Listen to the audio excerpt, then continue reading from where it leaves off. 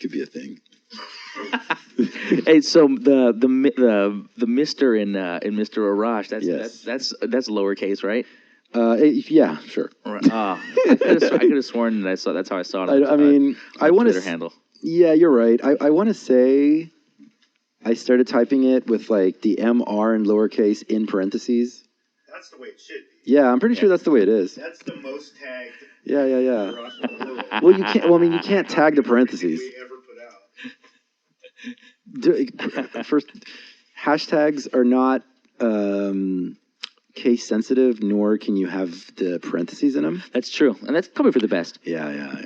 I'm okay with that. Yeah, but for the most part, I mean, it's not like a very good name, to be honest, because like when you Google it, 1,000 different Mr. Arashes come up. Is there a period in the Mr. Arash? Not really. It's technically supposed to be written as Mr. in parentheses Arash. Oh, yeah. Okay. Yeah. But then some places have put the period. But the thing is, Arash is a super, super common Iranian name. Okay. And so they're like, if you Google Mr. Like if you come up, listeners, if you are looking for a good artist name to come up with something that when you Google it, only you come up, not 3,000 other names. Yeah. So, because like with Mr. Arash, 3,000 other names come up. You guys interviewed Mondo the DJ, right? Mondo? No. I don't think so. No. But you know him. Yeah, that's why he's Mondo the DJ, because DJ Mondo is a million people. Oh, yeah, that works. Yeah. Same thing. And it's funny how you were saying some of them work. So Mr. Sham, right, for the other guy in West Coast Avengers, it's MRSHAM. We have a friend who makes fun of him. He calls him Mrs. Ham, because it looks like Mrs. Ham on the. Mine comes up as Marsh a little bit. But there's a lot of Arashes. If I could go back and do it again, it wouldn't be Mr. Arash. Do you want to do an opening? Do it for this? Yeah, just do an opening so I can just cut it and I'll put it at... Do you want me to do it right now? Yeah, just... Like go through all the... No. On this one, you're not going to do that. It's just brought to you by Stay Illuminated. Oh, okay. This is a special episode. Okay. All right. This is brought to you by the new shiny jeans? Oh, yeah. Well, then technically, I guess this makes it our opening rant before I say don't flush the toilet. You are now tuned in to the Crappy Awesome Podcast.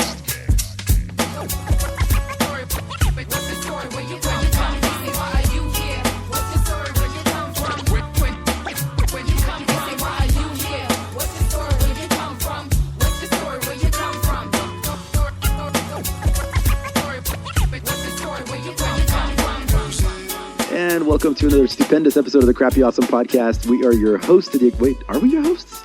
Normally we'd say we're the hosts. No, today we are not the hosts. I am not your host, Mr. Arash, even though nobody calls me Mr., even though people still don't call me Mr. And with me might be Kill C-Ray, even though he's not the host. He's not the host. Hey, yo! Yeah, out of the background. Our very special host today is on the other mic right now. This is where you say something. Okay. This is Tanjint the Wiggy Woo from the West Coast Avengers crew, and you are listening to PlatformCollection.com's Crappy Awesome. Be sure to check out the other podcast, Really Though, with... you're going to go through this? I'd practice. I know, I'm waiting. Go. What is it? Be sure to check out Really Though with Cookbook. Be sure to check out Stereotypes with Cookbook. Be sure to check out Cookbook's other 4 podcasts that are coming out on PlatformCollection.com. Also check out 2mexhologram.com. It's a 24-hour radio station that they're always doing something crazy on. You got The Up. You got Into the Wild. You got all the podcast orchestrated radio with Noah James. You guys don't run Masters of the Universe. No, okay. No. Okay, no, we're editing. What was it? You guys got... I'm certain, by the way, Chris is going to put all this up without editing it. This is way too entertaining. Oh, man. Be sure to check out I don't do this without notes. You're trying to do this without notes. I have notes. You have notes for all the different podcasts that are on the show, on the network? Oh, no, not for that. But I've listened to you guys so much that I was 68% sure that I was able to run through it. Well, you got Cookbook. He'll be happy to hear that. Well, I know that some are on sabbatical. Like, there's Spock's and podcast, which hasn't had episodes in a while. Culture Sessions with Spock and why can I not think of any of these dudes' names right now? And Spock Beats produces an archive. An archive. I cannot think of the name. Archive right now. Wow. Okay. And See, again, that's why I have notes. Okay, No, right, this yes. is Chris makes fun of me for having notes for this opening part, but it's because I kind of let my brain shut down because it's just like an autopilot mode. right. But by the way, this is our cat Ralphie meowing at you. I'm going to get this so perfect on the Chris episode. Yeah? Yeah. Okay. I'm not going to let this happen again. Is this different episodes that we're recording? Oh, crap. I don't know. I think he's editing them together. I think it's one episode. Okay. It's okay. It's okay. One opening for, Huh? we're having one opening For the whole thing. Oh, it's going to be one opening. for This the whole thing. train wreck is going to be the opening for the whole thing. Don't worry about crap. it. It's okay. How about this? I'll just tell this. It's Life on the Road with 60 East. Really, though, with Cookbook. Noah James and Lisa J host Orchestrated. There's Proof for Life Radio and Status Escalate with Kali. That's right. I like that echo. Yeah. Kali's also doing Bars Weekly, streaming radio show. You got to make sure to check that out. The Ghetto Blaster podcast hosted by Ricochet. Pretty fresh. Hosted by Muds One. I like to take a little pause after that. The Mighty Muds Hour, right? Yes, yeah, that's yes. We've got there's tons of shows. Yeah, the Mighty Muds Hour with Muds One and Mad Max. Right, and we have let's see here, 2Mex Hologram Podcast. Of course, you mentioned that earlier. There's 2Mex Hologram Radio. Yep.com. Shout out to our sponsors. Stay Illuminated for all your fresh gear and lifestyle needs. Visit stayilluminated.com. And make sure you use the code CrappyAwesome for free shipping on any order. And also shout out to our creative partners, watertoplants.org. They're a music incubator in LA. Learn lots more about them at their website, watertoplants.org. Follow us on Instagram and on Twitter. On Instagram, we are Platform Collection. That is one word all spelled out. And on Twitter, at Platform Collect. With no shun. And this is the part also that I mentioned Burner Podcast, and I host that shit. But yeah, of course, back to you. Of course. Woo-woo. So everybody hears Arash and Kelsey Ray interviewing all the luminaries of, frankly, a big chunk of the world now in the southwestern section of America. Yeah. In SoCal, but even beyond. That's a lot of words. And a lot of people are really curious about the kind of things that they think. And I know that I'm a big fan of this podcast and a lot of the podcasts on platformcollection.com. And you guys are constantly in my head. You guys are constantly my commute buddies. And so I was really honored for the chance to interview you guys and go deeper into some stuff. And even to go deeper into your guys' body of work, which is a pretty wild ride and an interesting journey that I'm going to have to hear from both of you guys later today. But and you're without a doubt, like you are absolutely been one of our favorite people that we've experienced on this amazing journey. You have awesome personality, really positive, intelligent, amazing, and I'm always curious to see what you're working on next. So this is going to be a lot of fun. Thank you so much, man. I appreciate that. What was it? So one of the things that I got really into was the Burner podcast, as you know. But maybe we can even go into some kind of bigger things that I hear you say a lot that I kind of think about sometimes that I think are really insightful things. I hear you and Chris both often talk about this, but I hear you say a lot like it's sad when people look at experiences in life like they wasted years because time isn't really wasted. You probably learned something from that, you know. And I was just wondering, like, why is that such a big theme in even just in your language about life? And I guess if I had to guess, I would say it looks like you're the kind of person who, you invest whole hog into things, like you'll really put your all into something. And it sounds like you've gone through a lot of things in life, personal, professional, and artistic, where you invested a lot into it and went through a whole journey and actually finished journeys, and had retrospect on it. So I was wondering if you had thoughts on that. Right. Yeah. This is a thought that I've had more recently a bunch of times, and it's been hitting me. I don't know what it is about my personality, about my, genetic makeup, the wiring of my brain, whatever the fuck it is. Whatever experience I've had really, really fully. Whatever trauma I've had, it's been really, really fully traumatic experiences. When I went through experiences or periods of time in my younger days where I was a confused young man, let's say, for example, in my early 20s, and not really understanding how to interact with women, how to interact with the world. Like, I went through that all the way in the deep end. Like, it wasn't that I was just a little bit insecure, it was crushing insecurity. When I had depression, it wasn't that I was just like a little sad, it was serious depression. Like, everything has been full force. So when I interact with people and when I interview people, when I'm creating art, working with people, what I keep experiencing is that it's very seamless for me to be able to channel whatever energy and experience it is that they're going through. So even if it's somebody that is not someone that we'd have in our social circles because let's say they're still finding themselves. Sure. Maybe they're still focusing on negative things, or maybe they're more homophobic or angry at the world. I mean, a variety of things. But I don't know. Maybe it's these days it's become very popular to say I'm an empath. Like maybe it's that. But that's something that Chris and I have had some conversations about. And I mean, I'm certain he can speak on his own experience on it. But when I look back on my life, every experience I've had, I fully dived into. And so now when I talk to people who seemingly come from very different walks of life, it's really easy for me to bridge a psychic connection with that person and really be able to understand and hear where they're coming from. And that's what leads to being able to create whatever art it is that I happen to be creating in that moment. And I hope that sheds some light on sort of what you're asking. Is that that's the thing. I've had these experiences and none of them have been wasted time. They've all added to the person that I've become today and everything that I'm working on today. And I can constantly see all these links of like, I'm here, I'm doing this thing. My life is fucking beautiful right now. I have all these connections, these amazing experiences. And I can look back on my life and see all the pathways that connected to each other to lead to me ending up where I was. That's I call that Grant Morrison's centipede. Grant Morrison's a comic book writer who made The Invisibles, and he's also done a lot of Superman and X-Men and stuff. And he's like a countercultural chaos magician.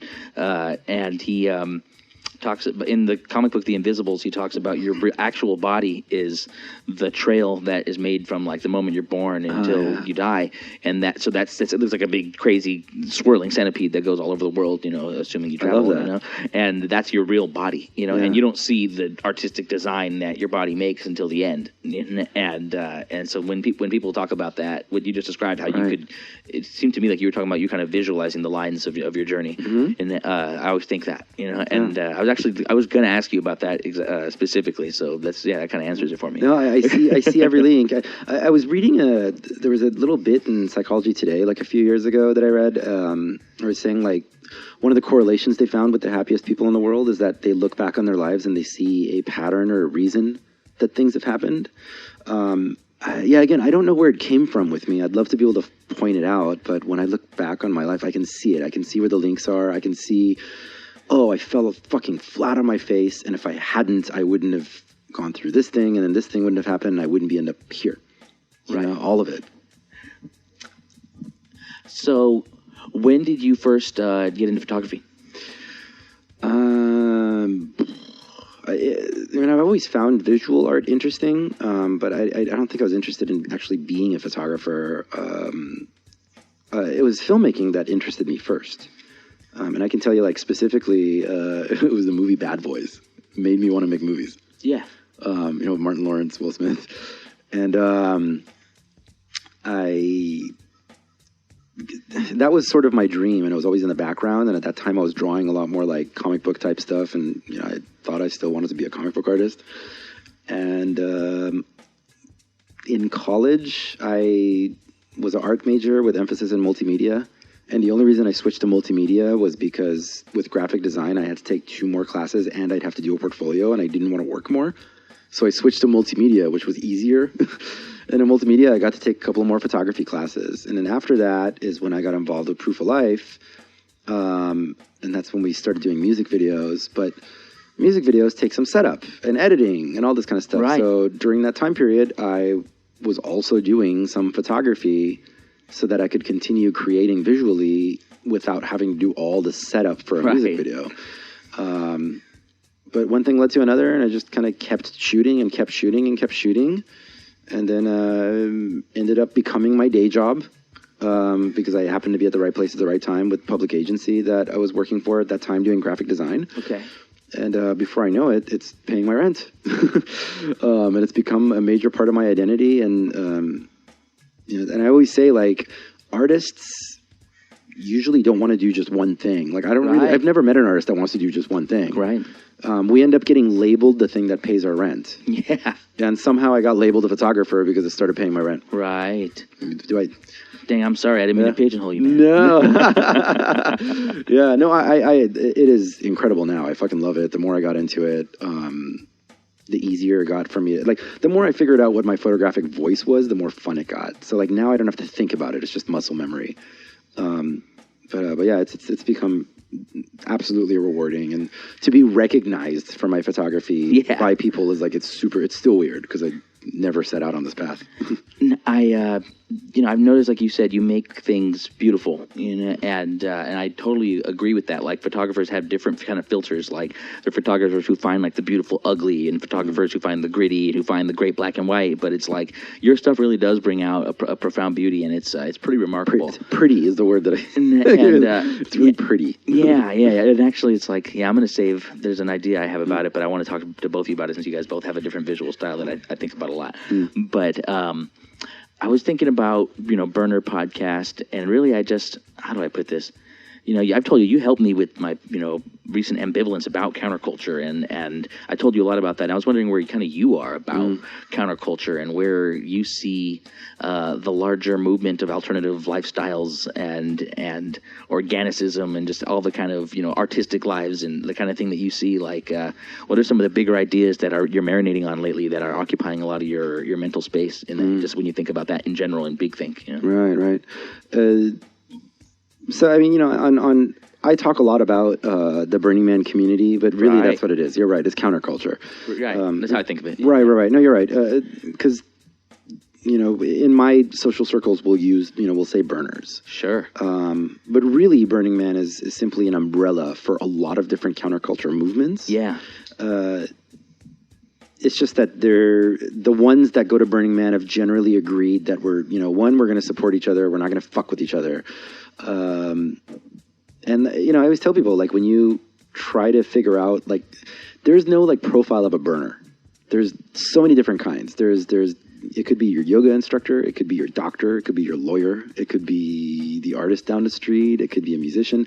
There is no specific type. Really, the only thing that everybody's agreed on is there's no age limit on play. And even you asking this question is making me think about that.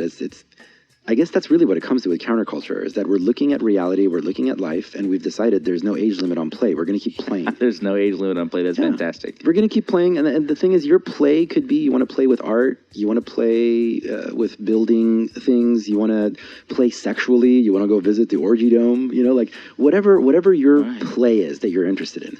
We've agreed that there's no age limit on that. And with counterculture, I think what you're looking at is and I use the word counterculture and burner interchangeably. Sure. In this, we're at the cutting edge of what's next. Yeah. We're at the cutting edge on technology, on art. We're at the cutting edge of relationships, how to love. I for lack of a better description, practiced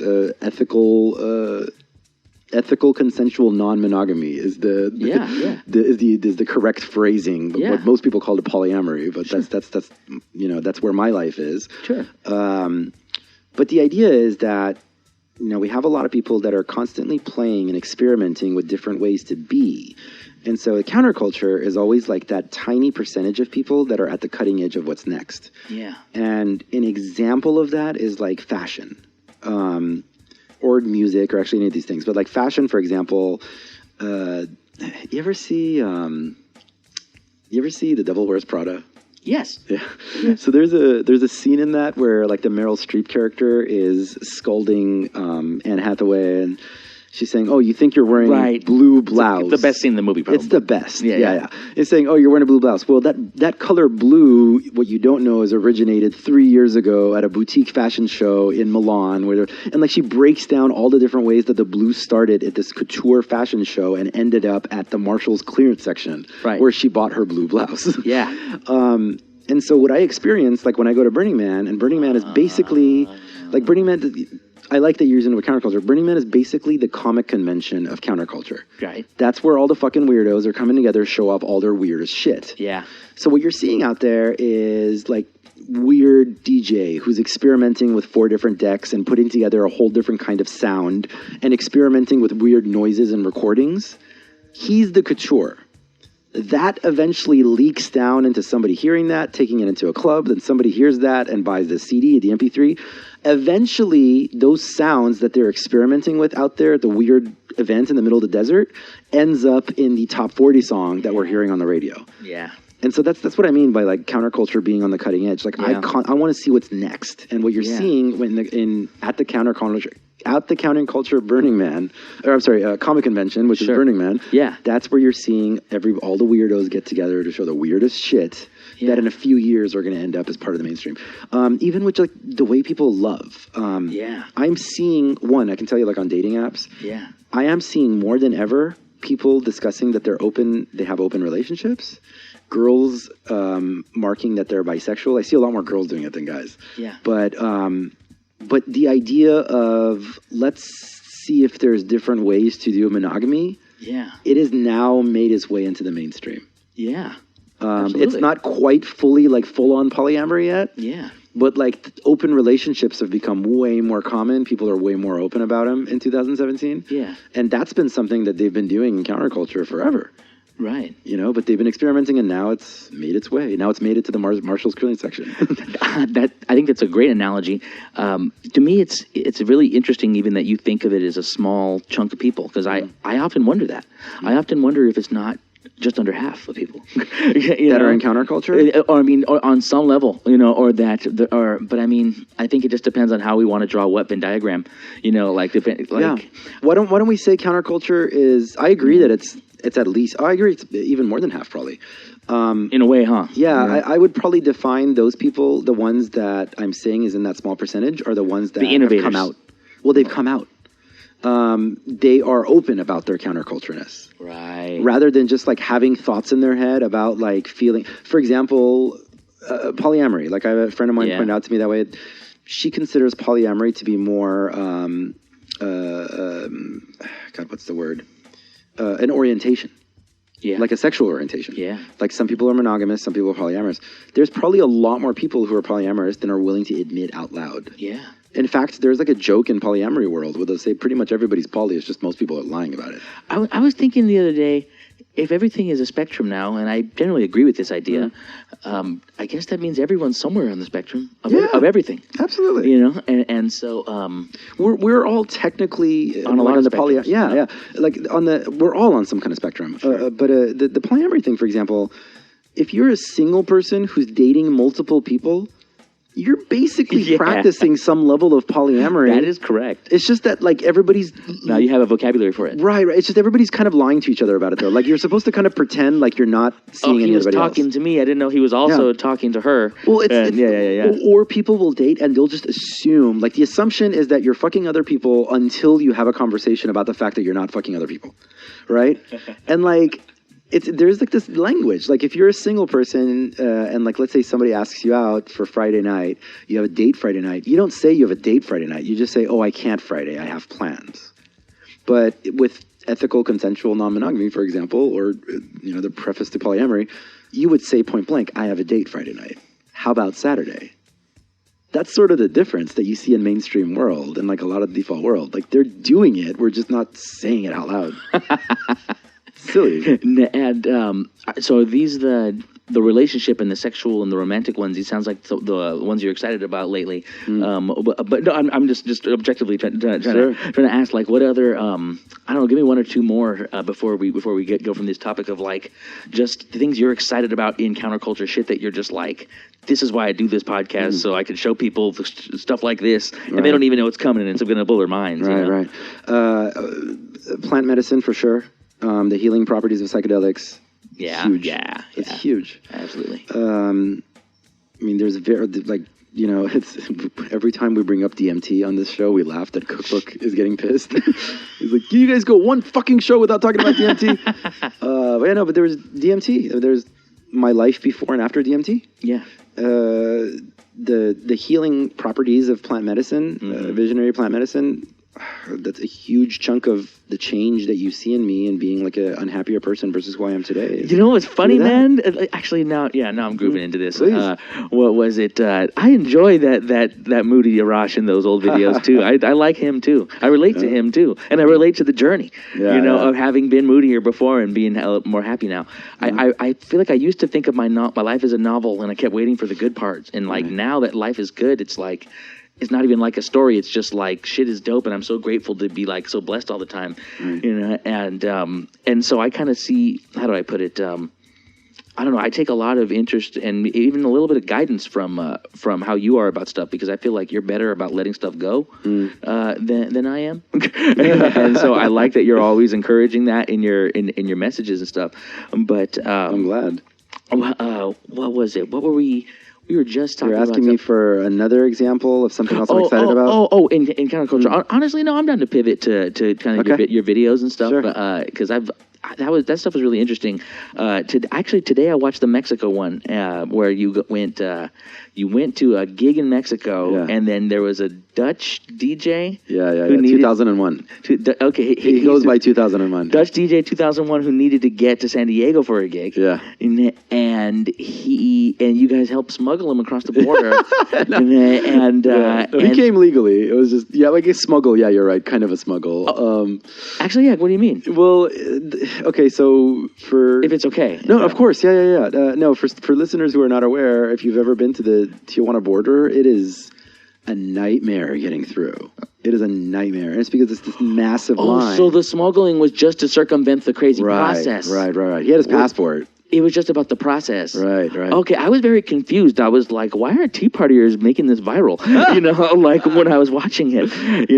Because I thought... Dutch have snuck in but it was, DJ. It was still rather instructive, though, or it was still pretty informative. Yeah. If people are listening want to check it out, it's at mrarash.com. Yeah, that's right. Right, and you go to his filmmaker work, and there's there's 3 extended films there, and the one in the middle is actually 48 Hours in SoCal. Yes. Right, yeah, 48 Hours in SoCal, and it's just 28 minutes, and so it was actually a very quick watch.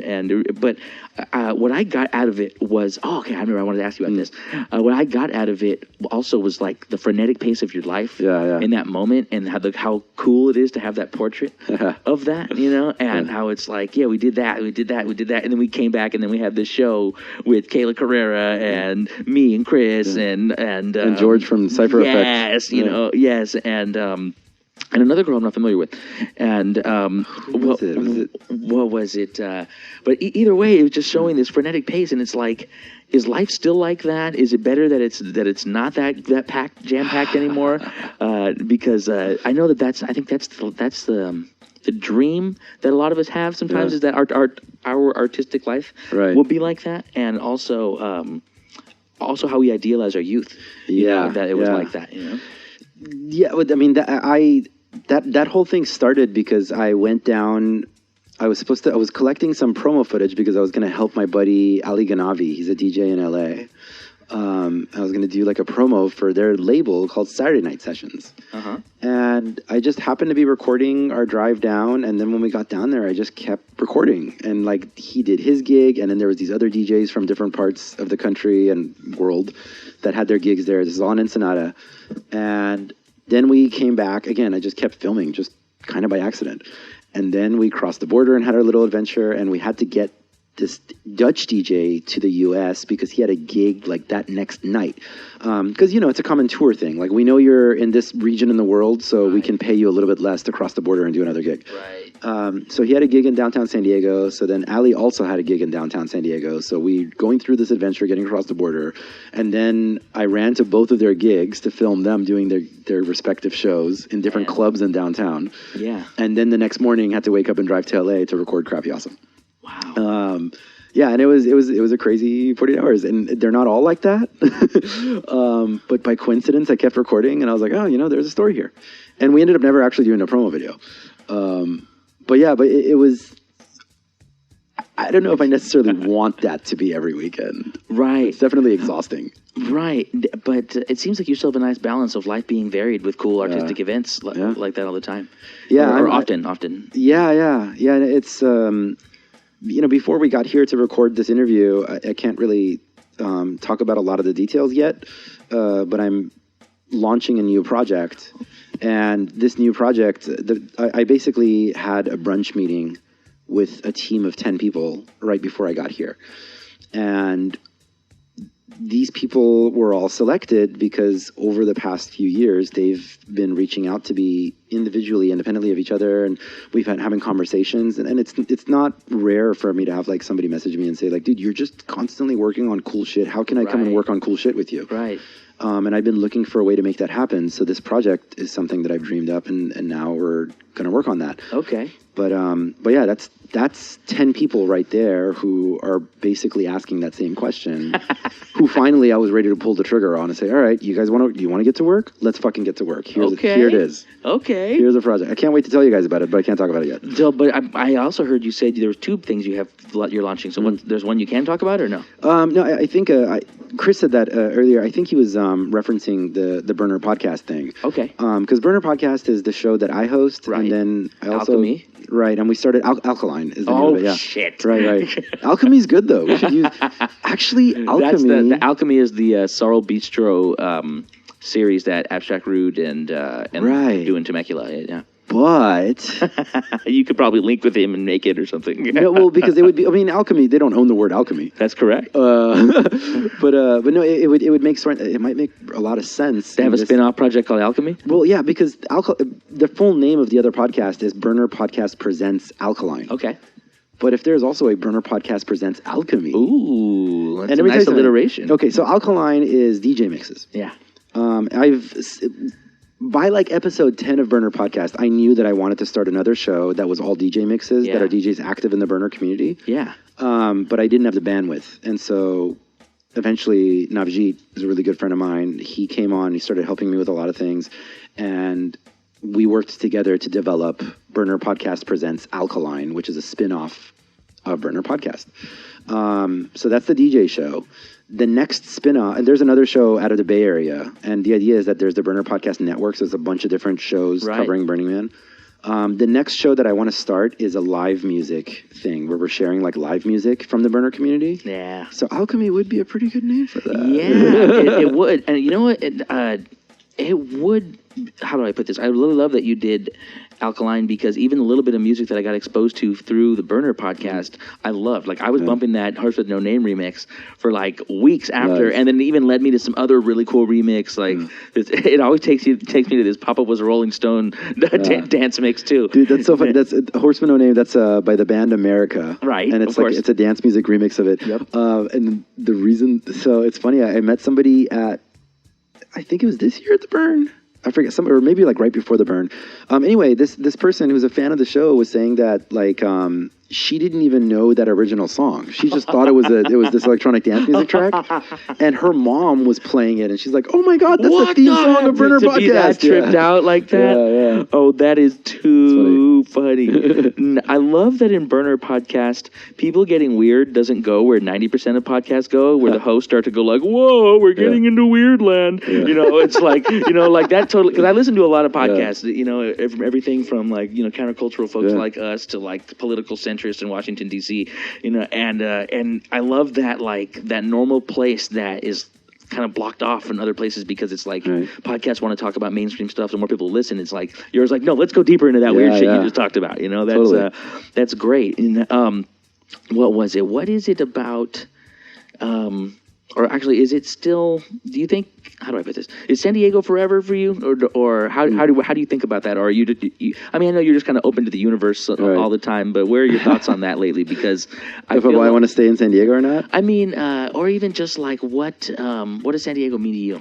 You know? Growing up in San Diego, I was looking for any excuse to get the fuck out of here. Sure.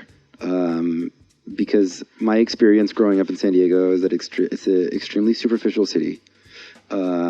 People are really fucking pretty and in great shape, and it's hard to find people to have conversations like this with. Okay.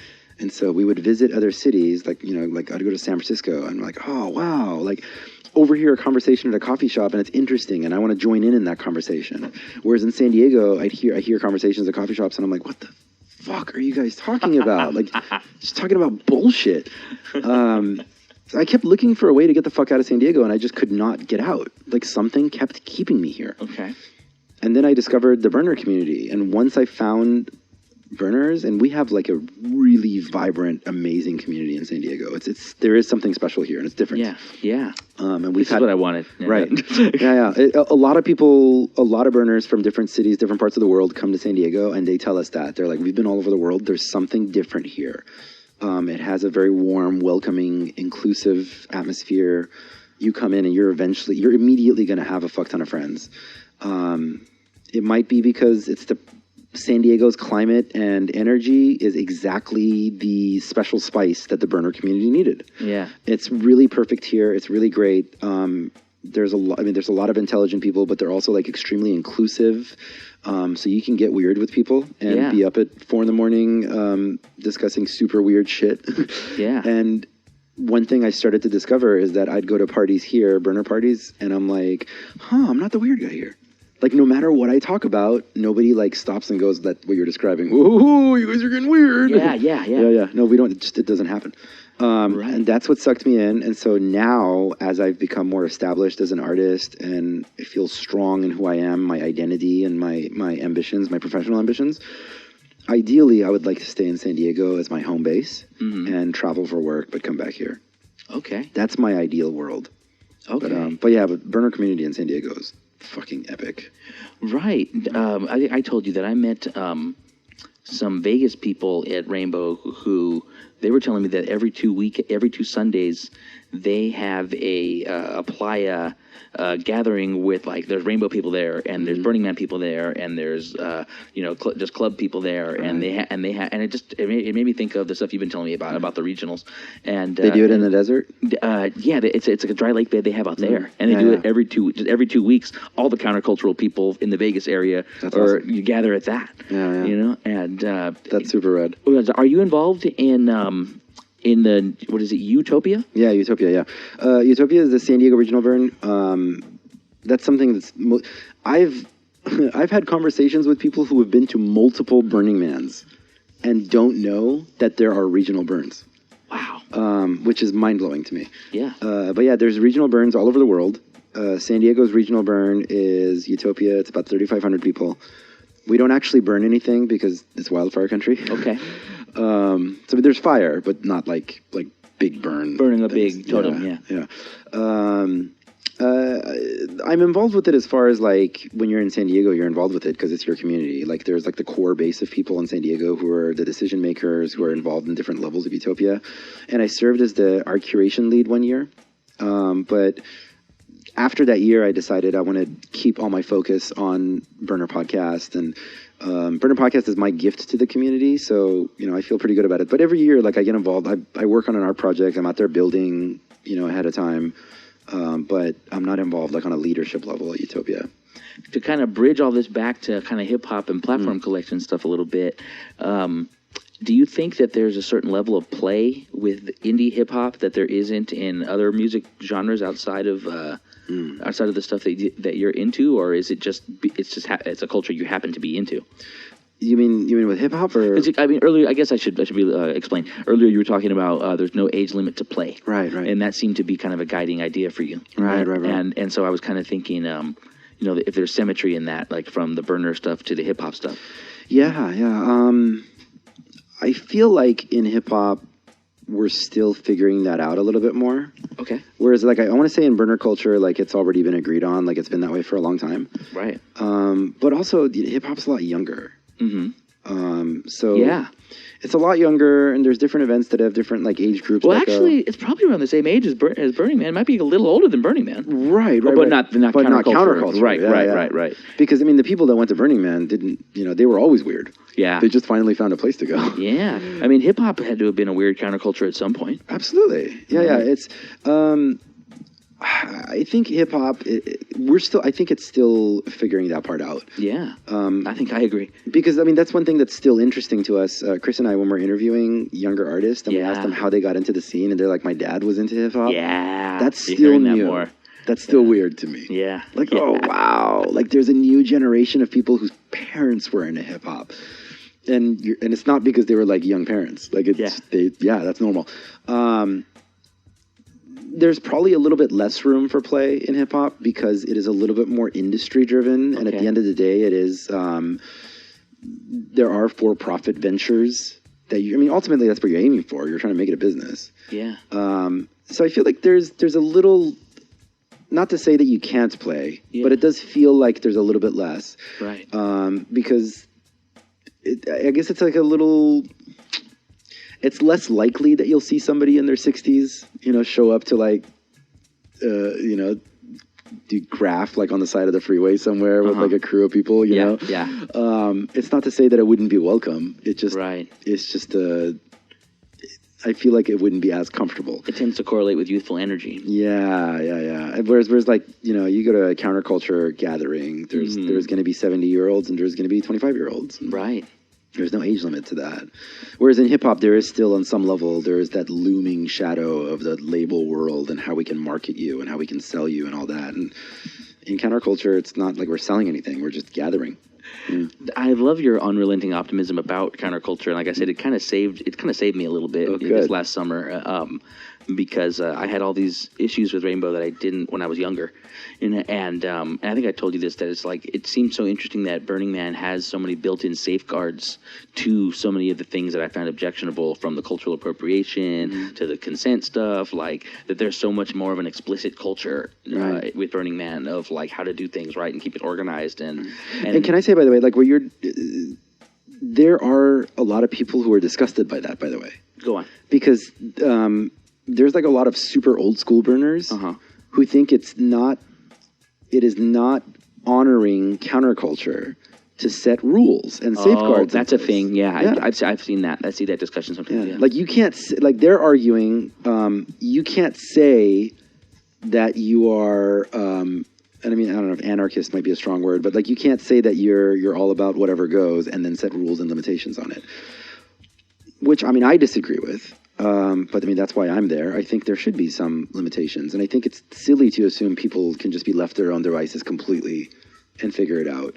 I think because that's like a very kind of libertarian, I guess, thought process. Yeah. Which what I keep discovering with libertarians is that they're just absolutely some of the most intelligent, brilliant people on the planet. Most intelligent people I meet would be libertarian leaning. Sure. But I think they're unrealistic, or perhaps they're too optimistic about human nature. I fully agree. What I always tell it to be in a strictly political sense, libertarian, I tell them okay, that's great, but the federal government liberated black people from the South. That's why there's a big government. You can make that argument for me of the libertarian small government. When if you left it to people, it would have just been more of a massacre. If you can guarantee to me that conservative parents aren't going to be whacked to their gay kids, until you can guarantee me to that, it's like I can't. Yeah, I have the same thought. I have the same thought. I wonder if somebody else's argument to that might be that if you go back further and the government wasn't involved to begin with, we wouldn't have had slavery and oppression to begin with. Right. So just to give safe. Protect both sides arguments. Right. But yeah, I don't know if there's one that's right or wrong. I know what I agree with. Right. Well, to bring it back to Burning Man and counterculture, talking about that. Right. And, I think it's interesting. It's even just interesting and beautiful for me to observe how Burning Man progresses those debates, because it doesn't ignore those older perspectives, but it also takes into account new sensitivities to new marginalized groups. And I really admire that you preach that gospel, man. You're honestly, in that sense, I find you to be, at least from what I hear you, all I can really assess you from is the content that you put out. I listen to you on podcasts and see stuff you put out, so I can't feign to know you like your intimate friends know you, but it seems you strike me as one of the most spiritual people that I've ever known, because you're constantly kind of preaching I mean preaching in the best way, just you're kind of sharing, I have a light in me, I have a light in me, and I want to share with people about this light, and I'm constantly amused about when people are like that, because it's all metaphors of this different kind of stuff, and I think it's a kind of a new progressive way to be religious, and it reminds me that religion was just always a way for people to find goodness and happiness and sense and comfort out of life, Yeah, the example, religion is, there's spirituality and there's religion. Sure. Religion is the bureaucracy that helps people navigate spirituality. Yeah. Yeah, I'm spirituality is something that, it's funny, like growing up, I didn't have it. And I've always looking for God. Yeah. And I couldn't find him. Yeah. And I couldn't figure out what people were talking about. And I realized as I grew older, it's because I was looking at people who were really stuck at the bottom floor of the bureaucracy of spirituality. Uh-huh. And that's why I had the negative experience with spirituality, because I was looking at religious people, which is a lot of people have. Yeah. Yeah, I discovered it more recently in life. And when I say more recently, I guess, I don't know, in the past 5 years. But once you get closer and closer to whatever that universal truth is, the faster it makes sense and the more exponential the feeling is. And funny enough, I can tell you, like, the episode that kicked off my spiritual journey, and I say episode because it started with this show. It was a Halloween episode from a few years ago. And we had a guest on named Bonnie Vent, who was a psychic medium. And we had put that show together specifically just because, like, Chris thought it would be funny to get, like, a psychic medium on the show for Halloween. Or it might have been Ricochet who was on the show at that time. We ended up having this show, and I ended up having this, like, weird breakdown in the middle of the episode. Wow. And I run outside, and my heart is pounding, and I'm, like, near tears, and I can't figure out what it is. And when I was outside, they continue talking, and mind you, this is like a normal Crappy Awesome episode where we're just like making dick jokes and saying like, our ghost's watching you in the shower, and everyone's laughing about that. But I end up having this, like, almost what felt like a panic attack, and I step outside, and I'm like, what the fuck is wrong with me? And while I was outside, they ask Bonnie, Chris and Ricochet are asking Bonnie, what do you think happened to Arash? And she said, I think that he accepted a spiritual truth about something like about the universe that he was not ready to accept until right now. And what led to that, I realized looking back, was we were talking about how things happen for a reason. And we are here exactly where we're supposed to be. And there is destiny. Like, it was this kind of thing. And she was describing how you have entities, you have your past loved ones, and, like, they're not, like, actively involved in your life, but they sometimes nudge you in a certain direction. And I had this experience, and that rest of the night, I felt this, like, euphoric connection.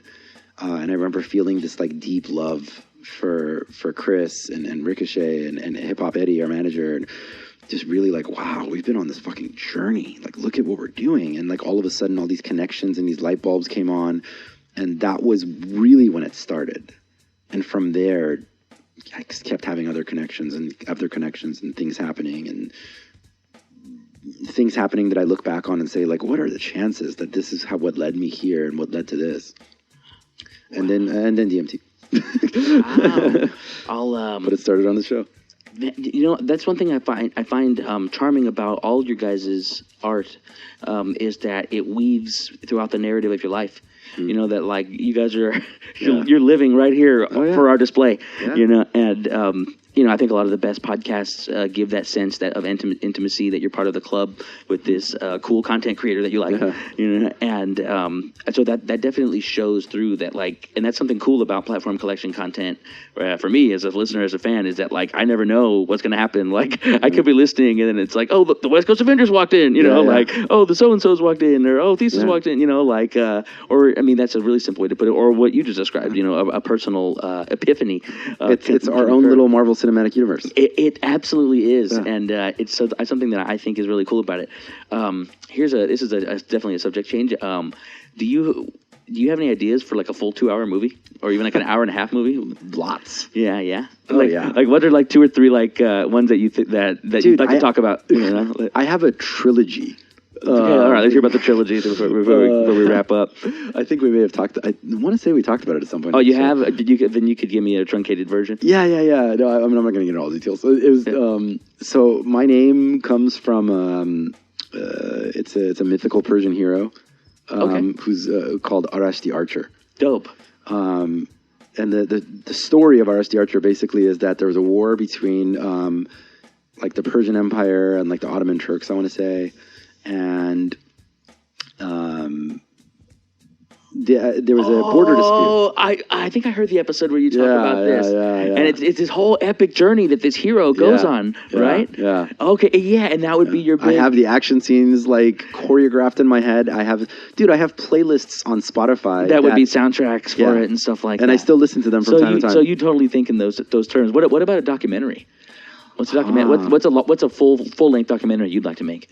You know, Chris had this idea a couple of years ago, and I would love to at some point pull it off, is doing one all designed around the gun, the image of the gun and how it's evolved in hip-hop and what it's been connected to social change that's going on in the world around us, the politics of it, and just all of it designed around the gun and moving through like how the gun originally went from like, I'm going to snack you with my lyrical bullets, and it eventually became like a real fucking gun. Right. And it became, at some point, kids couldn't tell the difference between when you're rapping about like lyrically a gun or like an actual gun. Sure. And how that's connected to what was going on in society at the time. And I think that would be epic.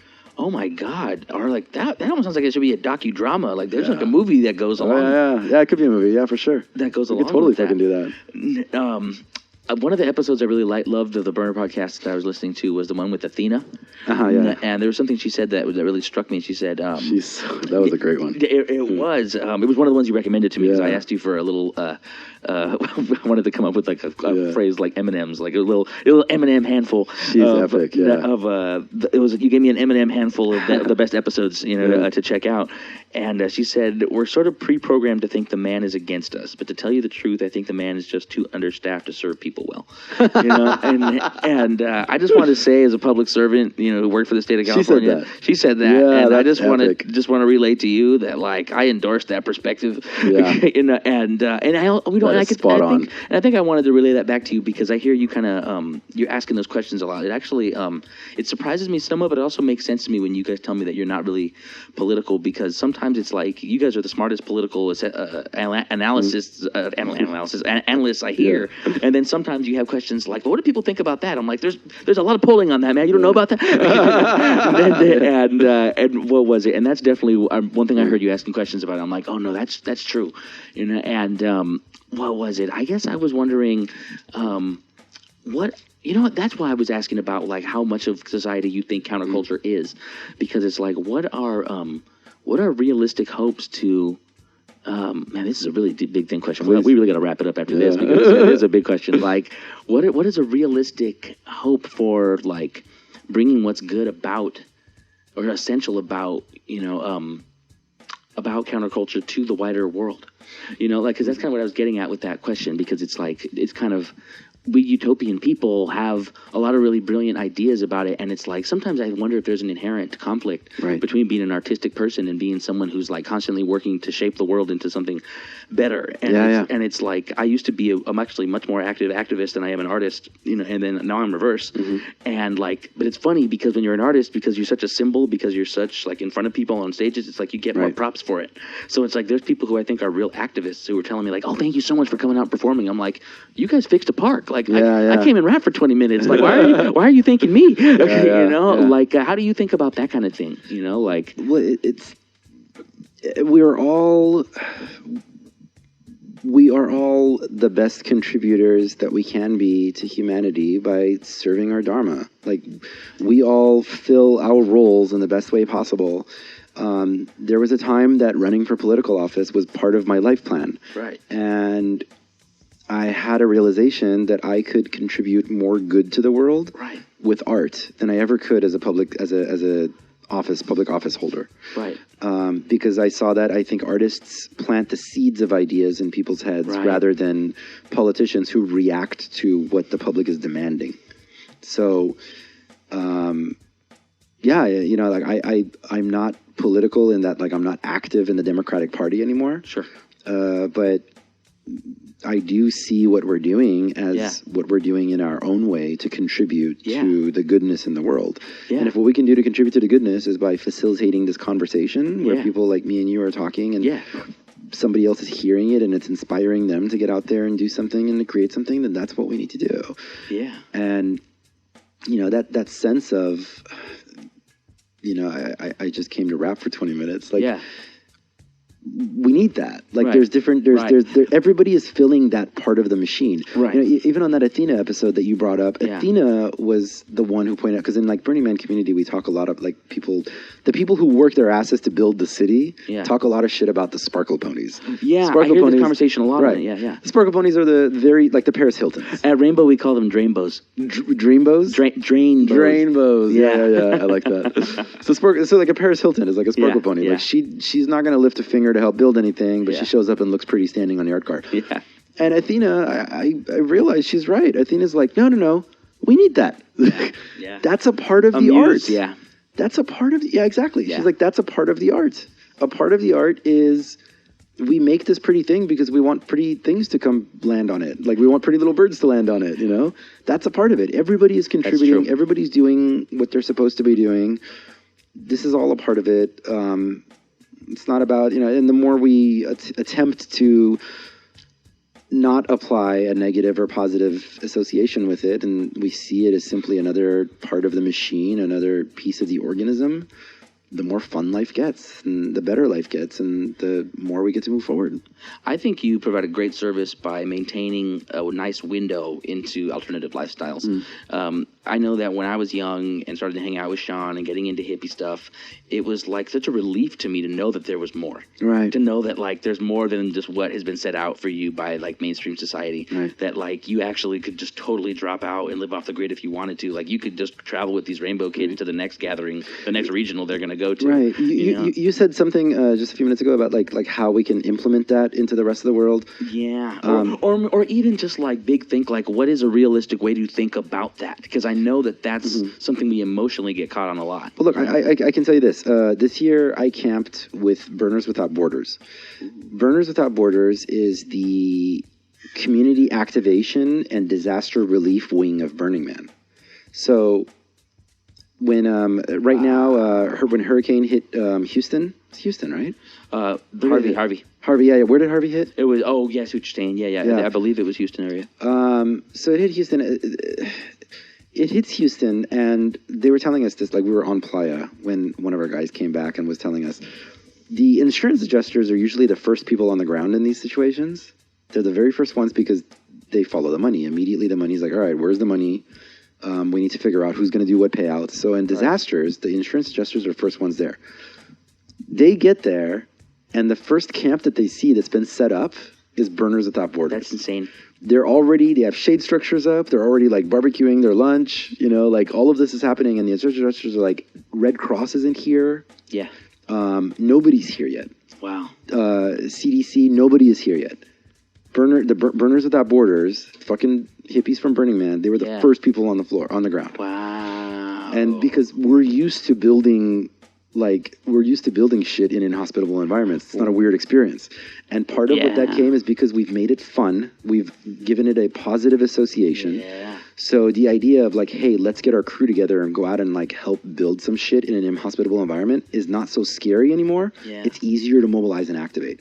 Wow. So this year on Playa, they were accepting donations. People from camps were coming and dropping off all their stuff that they weren't going to take back. They didn't need to take back to default. Default we call the normal world. Yeah. So they're like, instead of taking it back, we're going to donate all of this to Texas and then to Florida because then that hit. Wow. They collected tons of stuff and immediately like got it down to Texas, got it down to Florida. People left Burning Man and went straight to Texas, straight to Florida to start building, and had their decom party out in the middle of a fucking hurricane. And they're like, hey, we're gonna have a good time. We're gonna come here and we're gonna do this shit. We're gonna help people. We know how to build and we know how to enjoy it while we're doing it. And that's where you see that this energy is being put out into the world. Tangibly. Yeah. Yeah. It's one of the tenets of Burning Man is civic responsibility. Right. I love that. I was looking at those principles, and I love how organized and laid out it is. It's like, it's to be analogous of the conversation you and I had years ago about it's okay to label subgenres of hip hop. Right. The same thing, like it's okay to lay out some guidelines and hippie things. Like it doesn't make it totally. Oh God, we need that so bad. Somebody needs to give us more subgenres in hip hop. Yeah, or even just name them more because I think they exist. We just need the names more. Right. And, I guess I'll wrap it up with and I'll do this for each of you for sure. sure. What is stuff that you always regret not pushing more on the show? Like you finish the show and the next day you're like, crap, I meant to mention this thing. Like what are two or three that if you could think of any that are like, oh, I usually mean to push this more, or even like you usually give a sentence to it, but you wish you could give 2 or 3 sentences to it. I'm so sorry to give a cop out on this one, but I used to think that way early on. 6 years ago when we started the show, I used to have feelings like, oh, I should have talked about this more. Oh, I should have pushed that more. But I mean, not even in a like just branding capitalist way, but just more like you want to share this more and you don't. No, that's what I mean. Oh, that's what I mean. Okay, for sure. I used to keep getting this like, regrets of like, oh, we didn't finish talking about this subject. Oh, I really wanted to make this. But now you're zen about it. Yeah, it's just, I learned after, 30 episodes, like, hey, we're going to do another 100 of these. Like, let it go, bro.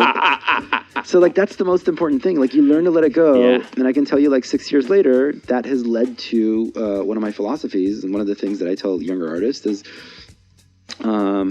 perfectionism. You need to let go of that so you can get to fucking creating. Mm-hmm. The cure to perfectionism is prolificity.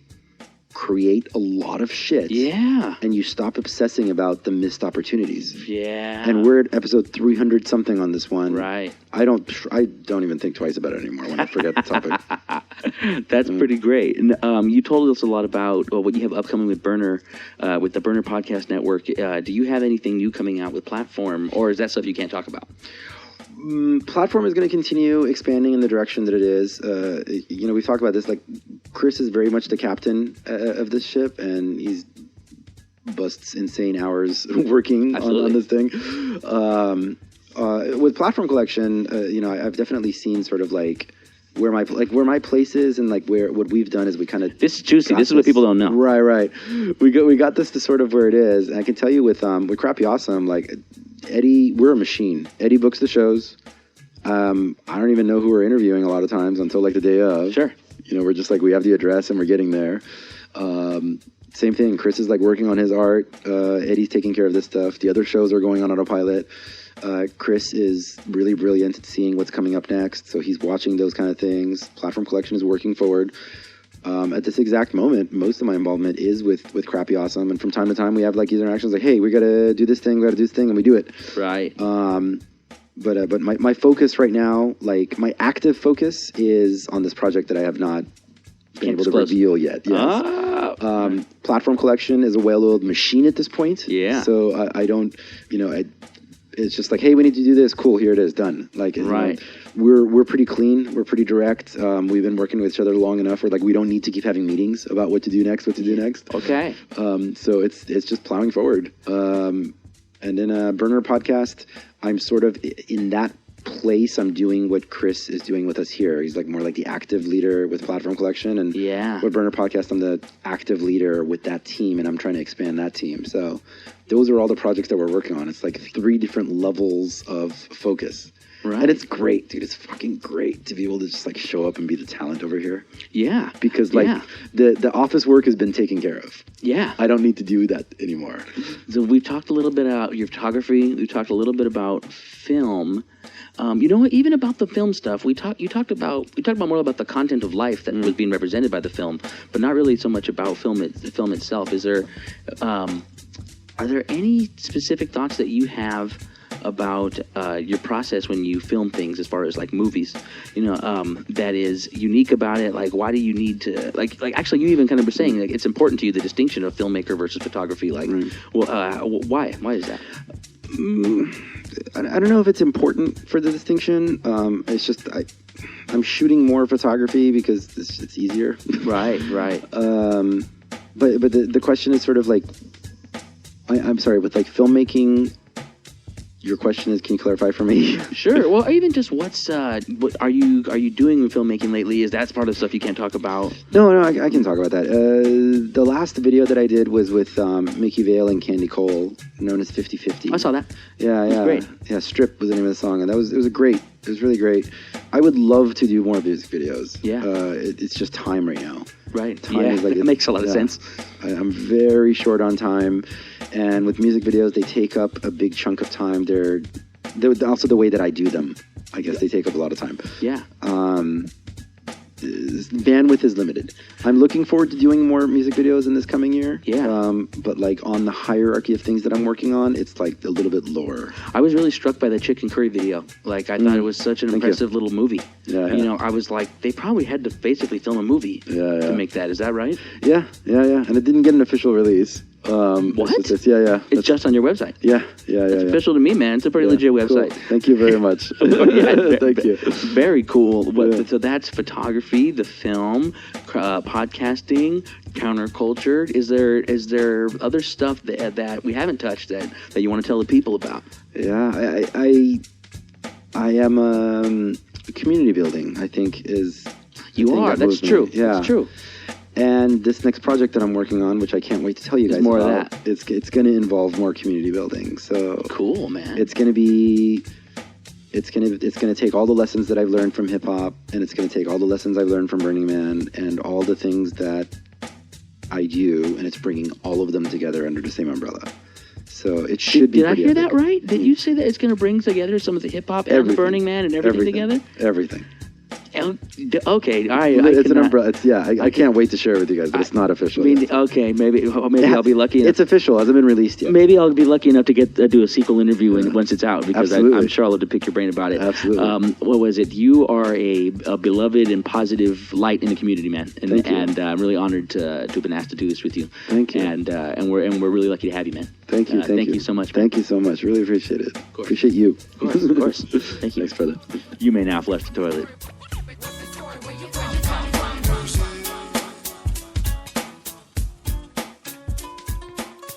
Brought to you by PlatformCollection.com.